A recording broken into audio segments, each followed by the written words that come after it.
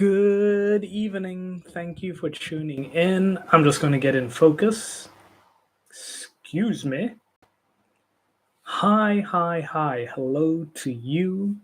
It's stream time. I am the Midnight Streamer, and we've got a new topic, and it's going to take a couple of days to get through. But oh boy, you are going to enjoy this one. Just to introduce myself, if you haven't met me already, Ben Streaming, low key. I am your host with the most host. Not to boast, but the streams are roasting. The streams are something to enjoy. Hello, viewer. Thanks for tuning in. I normally look at the camera, so sometimes I miss the comments, but I'll do my best to check the wonderful things you write in my comment section. Anyway, let's get straight into today's topic. While we're still a minute in, Japan is a beautiful escape, but you can't run away from everything. I'm going to put that in the fine print. I didn't put that in the title. So this particular country, Japan, it's in Asia. It was one of the old superpowers. Whole lot of interesting things, a lot of culture, a lot of things. Really tough to get into.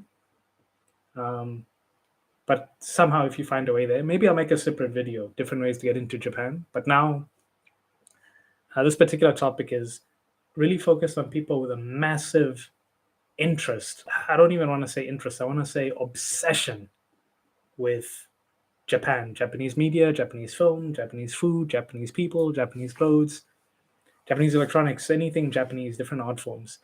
And why do I call Japan an escape? Now, a big thing about Japan is it's often separate from the Western world. It is connected. Now the connection is growing bigger, but Japan is it's doing its own thing. Own language, own culture, own thinking. And often, a lot of people who go there end up being disconnected from where they currently are. Okay, follow me.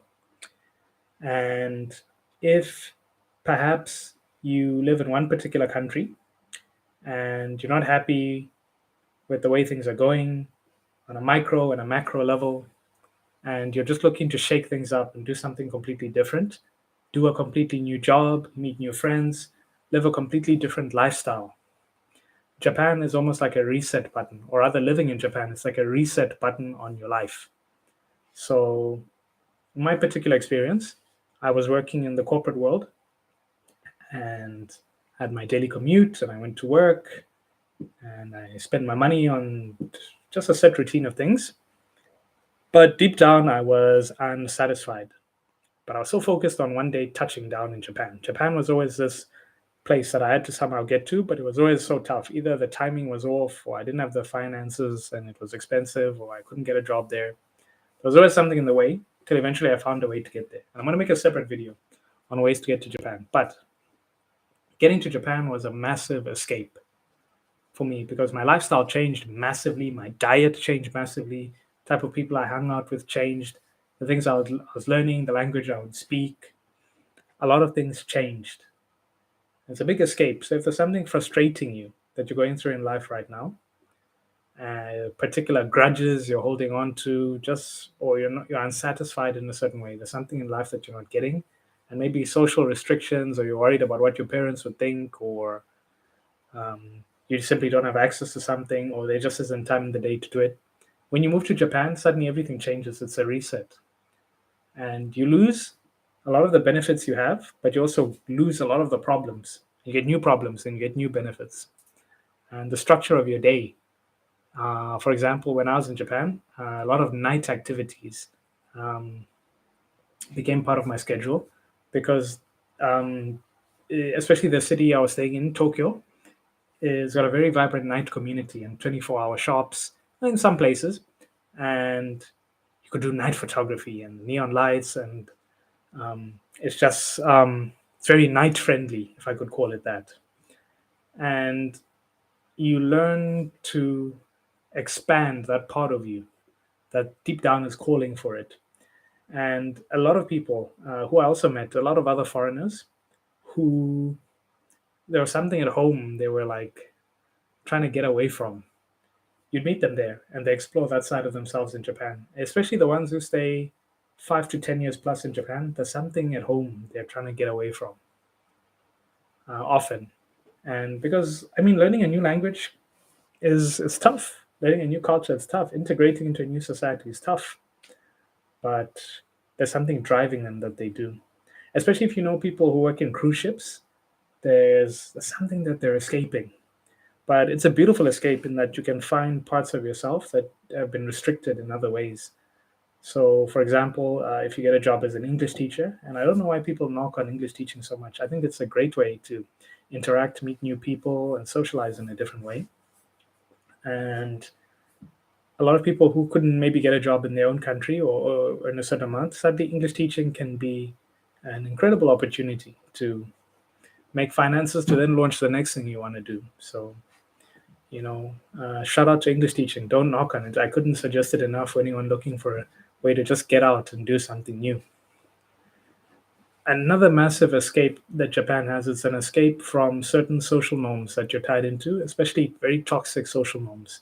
So I know toxic is such a hot word lately that many people say, but for example, there used to be a thing about always having to be opinionated or you have to be rude, you have to mean mug.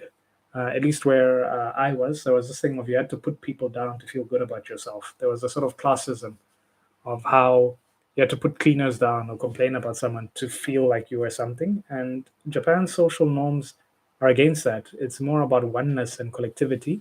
And when you have multiple people holding everybody up, it's a massive freedom from a lot of things you don't have to worry about anymore. Now, Japan is far from perfect. Certain human problems you can't escape from. The fact that you're human, you have to deal with it. But certain other social problems are less impactful. They're still there, though. They are still there. However, the impact is a bit different, and you don't have to deal with it in as much severity. And you can kind of take a break from certain things. It's a lot to unpack. So let's keep this one as part one. Lent actually ends today, so I'm not sure if I'll be doing the daily streams as much. I'll try keep it to a couple of streams a week, but this particular topic is so juicy. I think I'll finish it off. Tomorrow's topic is going to be how to heal from grudges. Notice how Japan can be an escape, and now the next one is going to be once you're within your escape, you can now heal from a lot of grudges you're carrying from whatever particular situation you're in. It's something I'm still working on, but let's share advice on it. Please comment down below if you have any suggestions on ways you got over different grudges or different conflicts you still have to deal with, especially those long ones that take years and years. So anyway, I'm going to leave it there. I'll see you tomorrow. Have a wonderful long weekend. And yeah, see you soon.